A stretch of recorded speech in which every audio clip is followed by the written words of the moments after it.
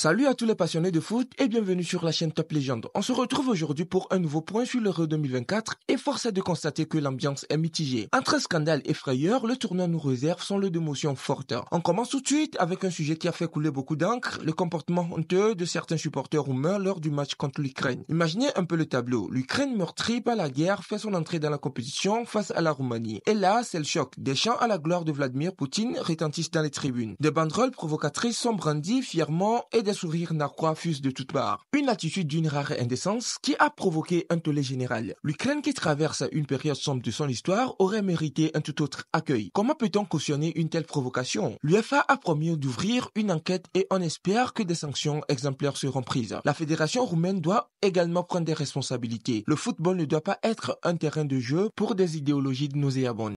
Passons très rapidement à notre deuxième sujet du jour.